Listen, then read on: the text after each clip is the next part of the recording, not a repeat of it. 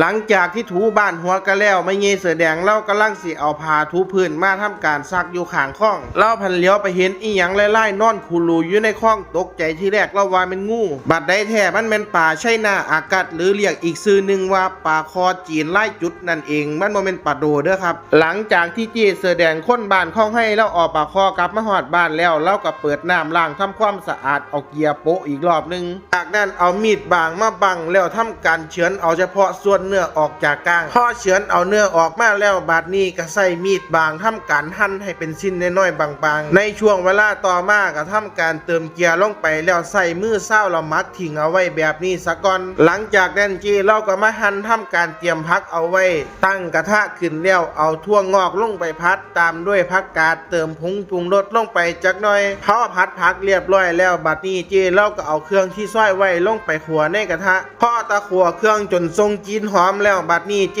เราก็เอาเนื้อปลาคอใหญ่ลงไปใส่ในกระทะทำการปิดฝาเอาไว้เผลอแป๊บเดียวแกงปลาคอใหญ่ของเจเราก็สุกเป็นที่เรียบร้อยแล้วจากนั้นตักออกมาใส่ซ้ำสีขาวๆที่มีผักอยู่ด้านล่างพอเจเราเฮ็ดเมนูปลาคอใหญ่สุกแล้วจากนั้นเราก็ยกเข้ามาในเฮียนถ้าแม่นผู้ใดมักเมนูนี้ก็อย่าลืมกดไลค์และคอมเมนต์ว่าเป็นตาแซ่บอยู่ได้ล่ะให้แน่เด้อ